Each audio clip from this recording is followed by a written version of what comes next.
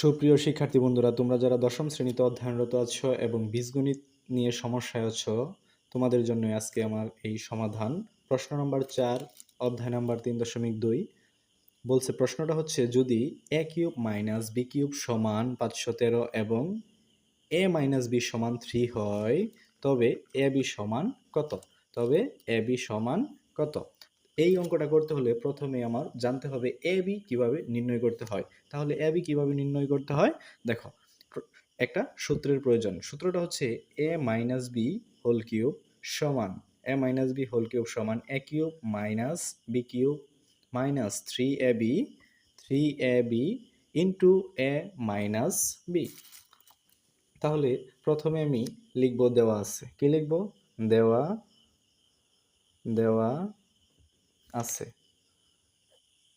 দেওয়া আছে কি? a cube minus b cube সমান 513 এবং a মাইনাস b সমান 3।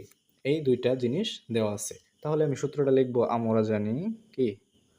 আমরা জানি, দেখো, a minus b whole cube সমান a cube minus b cube minus 3ab into a minus b।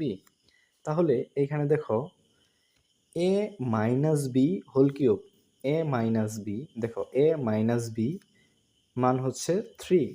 তাহলে আমি 3টা বসিয়ে নিলাম। বলছে হোল কিউব, কি বলছে? হোল কিউব সমান, দেখো এইটুকুর মান কত? a cube minus b cube, a cube minus b কিউবের মান হচ্ছে 513 মাইনাস 3। দেখো a b কি? a এবং b, এখানে a আর b এর মান নেই, a b এর মান নেই।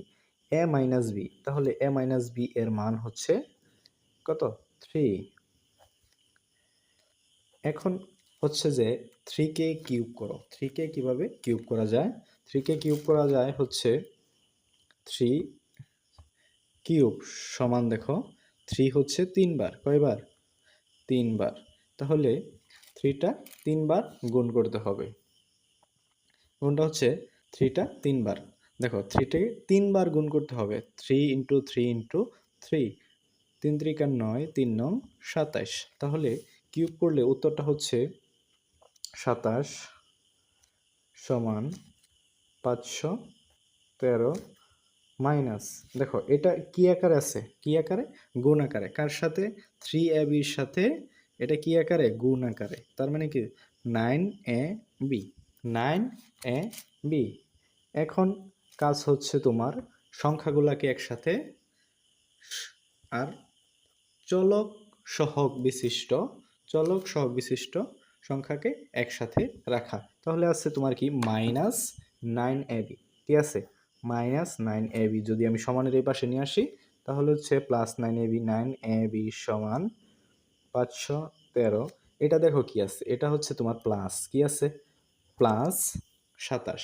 তাহলে এই পাশে নিয়ে গেলে মাইনাস 27। কত? মাইনাস 27।